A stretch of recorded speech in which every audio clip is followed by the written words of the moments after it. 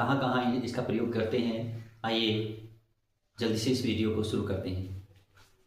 तो सबसे पहले ये देख लीजिए कि यूज ऑफ टू किसका प्रयोग है, टू का प्रयोग है, ठीक है ना।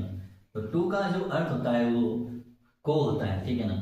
टू का अर्थ होता है को, लेकिन इसका अर्थ समझना ये है कि तक को बताता है, यानी अंतिम जो जगह है या जो भी चीज है उसके अंत को दर्शाता है, यानी कहाँ तक, ठीक है ना, तक को दर्शाता है। और इसका अर्थ आपको को भी समझ सकते हैं। और ये भी ध्यान रखना है कि ये टू का जो प्रयोग है अधिकतर हम मूवमेंट में करते हैं, मूवमेंट वाली क्रिया के साथ ज्यादा इसका प्रयोग होता है, और भी कई स्थानों पर करते हैं। आइए शुरू करते हैं वाक्य। आज का जो पहला बार सबसे पहला स्टार्टिंग देखिए। अब जैसे मान लीजिए अगर मैं कहूँ कि हम जो है बाजार जा रहे हैं, हम बाजार जा रहे हैं, ठीक है ना। या देखिए कैसे बनता है, हम बाजार जा रहे हैं तो वी आर गोइंग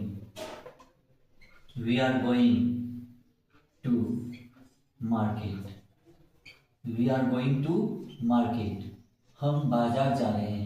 तो यहाँ क्या लगा, टू लगा, यानी गोइंग यानी जाना, जाने की ये गति है, ठीक है ना, गति है, इस क्रिया में मूवमेंट हो रही है, तो गति जो है सामने की दिशा में है, इसलिए टू का प्रयोग हुआ है। और ये भी ध्यान रखें कि मार्केट वो स्थान है जिसके पहले, यानी कोई एक स्थान का नाम है मार्केट, उसके पहले ये इस नाउन के, मार्केट जो एक नाउन है, इसके पहले हमने टू का प्रयोग किया है। टू का प्रयोग नाउन के पहले या प्रोनाउन के पहले हम करते हैं, ठीक है ना। ऑब्जेक्टिव केस में हम टू का प्रयोग करते हैं, जैसे to me, to him, to them, to us, इस तरह से जो होता है ऑब्जेक्टिव केस, उसके पहले हम टू का प्रयोग करते हैं, या फिर किसी नाउन के पहले हम टू का प्रयोग करते हैं। आइए अगला प्रयोग देखते हैं। अब जैसे मान लीजिए अगर मैं यहाँ लिखूं कि वह कल हमारे पास आया, वह कल हमारे पास आया, तो सबसे पहले यहाँ क्या लिखा जाएगा, he came to us, वह हमारे पास आया। he came to us, तो came का मतलब है आया, तो यहाँ आने की जो इसमें भी मूवमेंट है, क्रिया है, ये मूवमेंट वाली क्रिया है, मूवमेंट हो रही है इसमें, तो सामने की दिशा में उस दिशा में कौन थे, अस यानी हम थे, ठीक है ना। तो he came to us, वह हमारे पास आया, कब आया, कल आया, तो yesterday